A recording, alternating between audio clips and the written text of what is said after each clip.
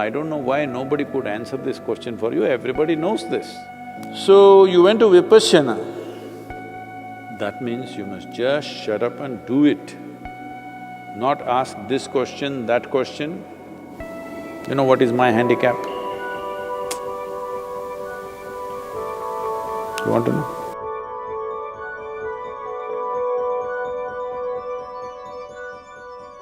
This question is from Decent Divan. Whoa. Respected Guruji, I am a Buddhist and a vipassana practitioner. I have a question which I have asked many vipassana teachers and other gurus, but everybody said that no one can answer this.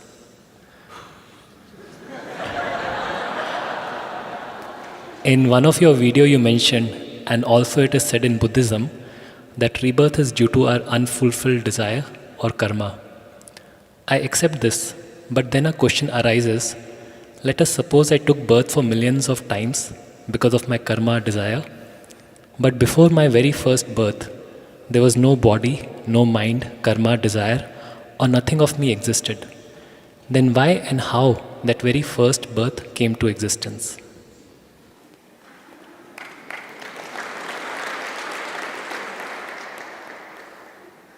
Now, even I'm wondering about that about you.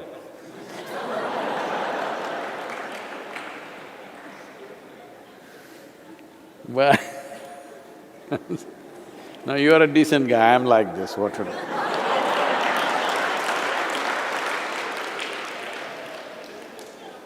Let's take that question further back.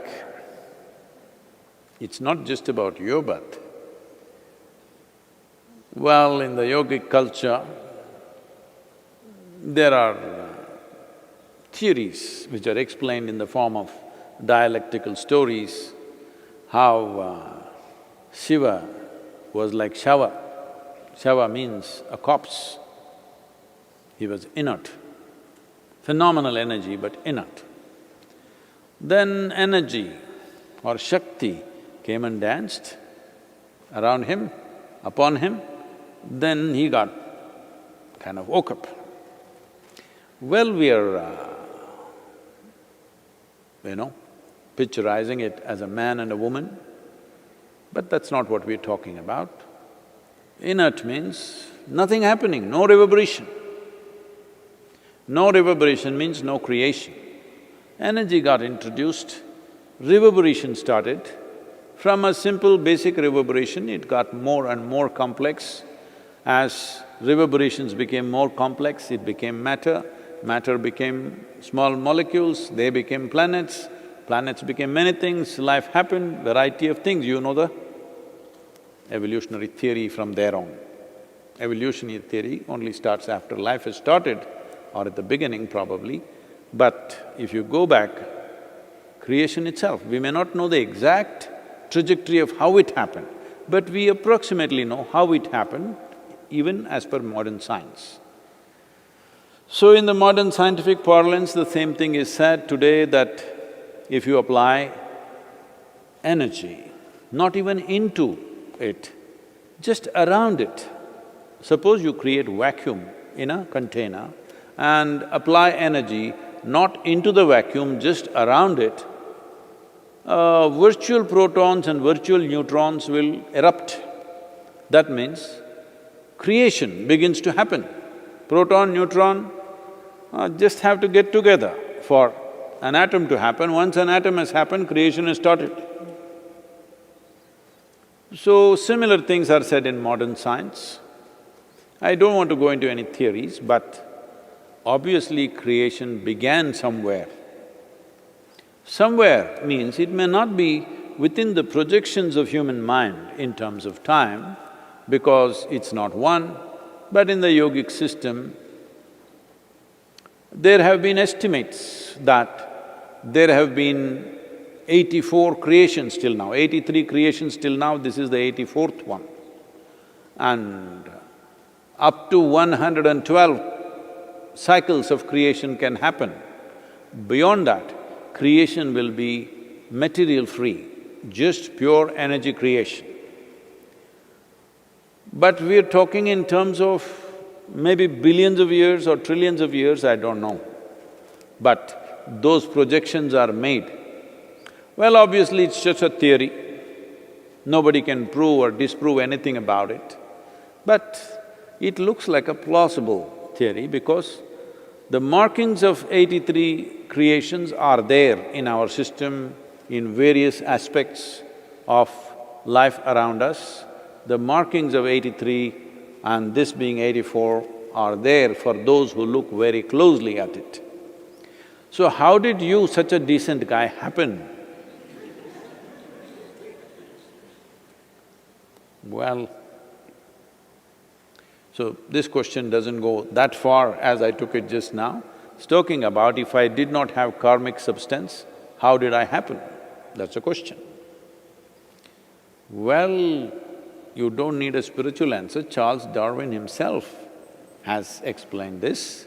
You were a single-celled creature, and then you became two-cell, then you became three-cell, then you became multi-cell. Now you become little more only. Decently better. A decent development from a single cell has happened. So, in the process from the single-celled animal, from an atom to a molecule, right now this is a wonderful time to ask this question because there is virus. A virus is not a full-fledged life. It has proteins and enzymes to make it alive, but it's not yet life. Only when it enters your cell, it has a life. But by itself, it has no life, just a certain combo of protein. So decent, what? Dushyanta? Divan. Oh. So you were also pre-life, became life, became more and more complex life. Complexity itself is karma. Karma is not necessarily, even now as you sit here, karma is not necessarily only what you do like this. The thoughts that pass in your mind are karma, emotions that pass in your mind right now are karma. Simply, a thought just passed in your mind. You looked at the person next to you, thought, why is he here? He should be on the roof with the monkeys. Just like that, sometimes thought like this come. Hello.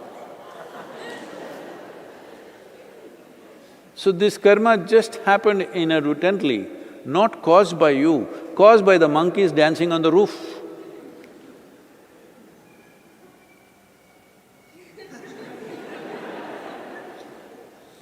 So, because monkeys came there, you looked at this guy, at a certain angle, he looked a certain way to you.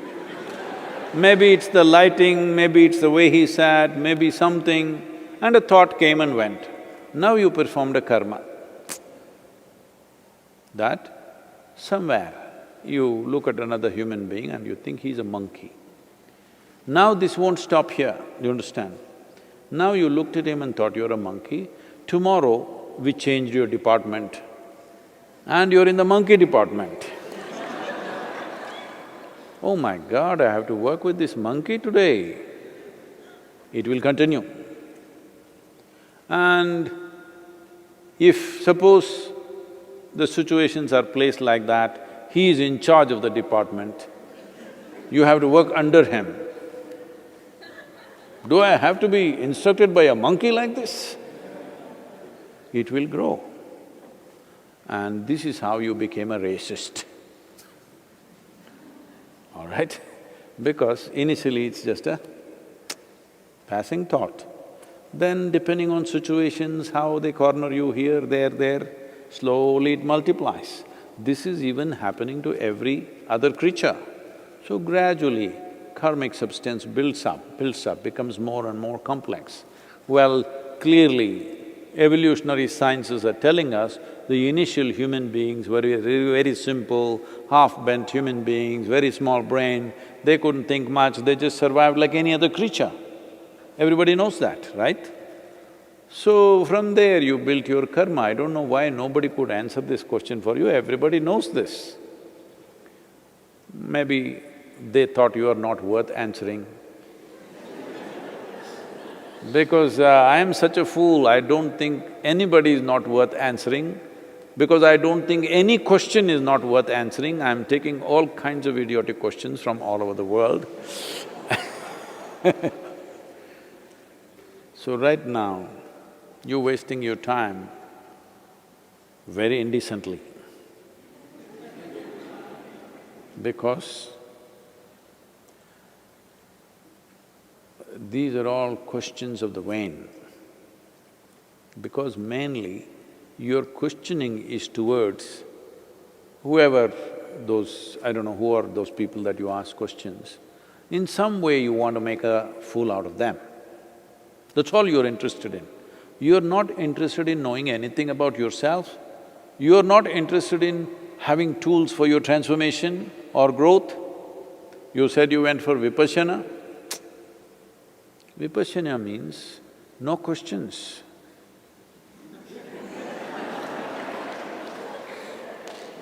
Simple instruction, just do it, do it, do it and do it. Because that is a process which demands perseverance as the greatest quality. Gautama taught vipassana to large groups of people because there was no time to prepare them. He was every day moving from village to village, town to town, no time to bring understanding into those people.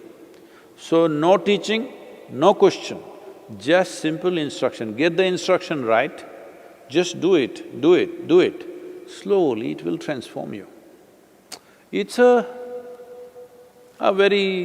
bit laborious process, but a fantastic process that even if you have no clue what you're doing, if you just do it, slowly it will transform who you are. When I say transform you, every aspect of you, including your chemistry, gradually it will transform. It's a laborious process because in those times, you must understand, he was teaching 2500 years ago.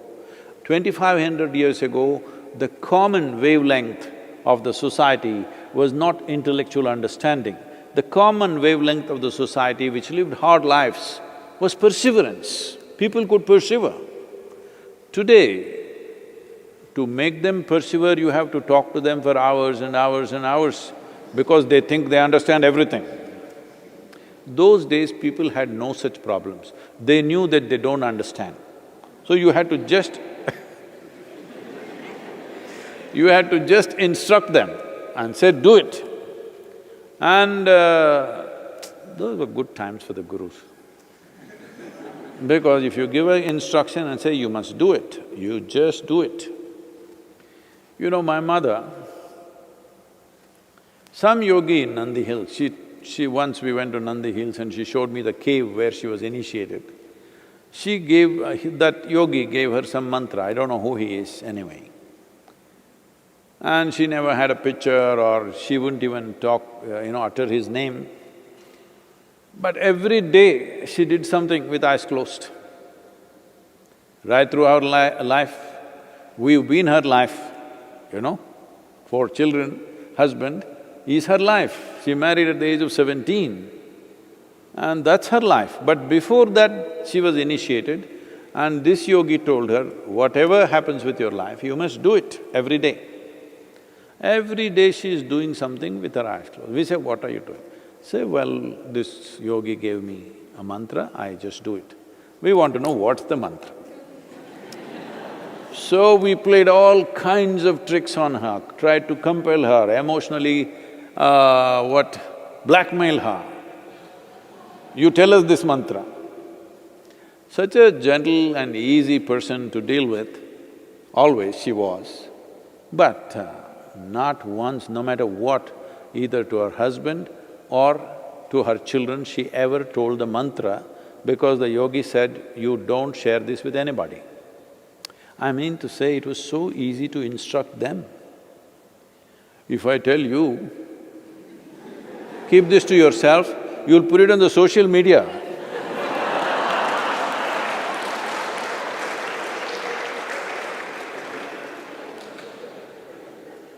So, because giving instruction was very effective and simple, In the previous generations, especially 2500 years ago, Gautama chose this path. No understanding, no teaching, obviously no questioning, just do it. Only to those who gathered around him, who traveled with him, who were in close association with him, to them he taught shunya because that needs understanding. Without bringing substantial understanding, that won't happen. So you went to vipassana. That means you must just shut up and do it. Not ask this question, that question, because that question or the answer will not in any way add to your practice. The practice has been designed in such a way, irrespective of who you are, if you do it, it will work.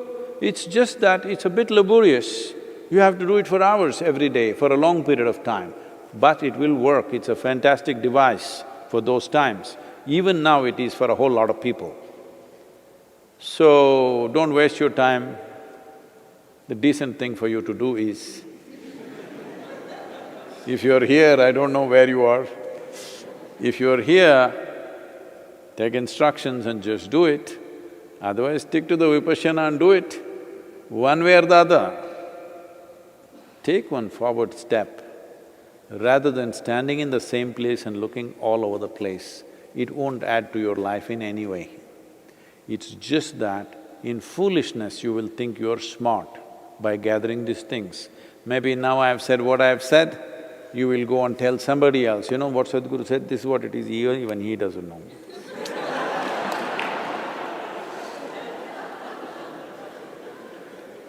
Or you will make it your answer and put it on the social media.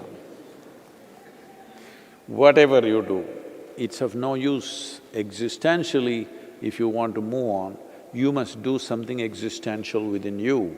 You do psychological things and you think you will move on, you will not. You know what is my handicap? You want to know?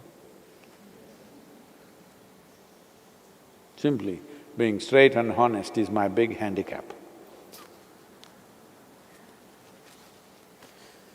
Yes, no deviousness, this is my handicap, what do you think? Tell me, Sadhguru, it's not a handicap. Hey! Some of my advisors think this is a handicap, I'm too straight and blunt about too many things. But that's the way I will be. If you don't like it,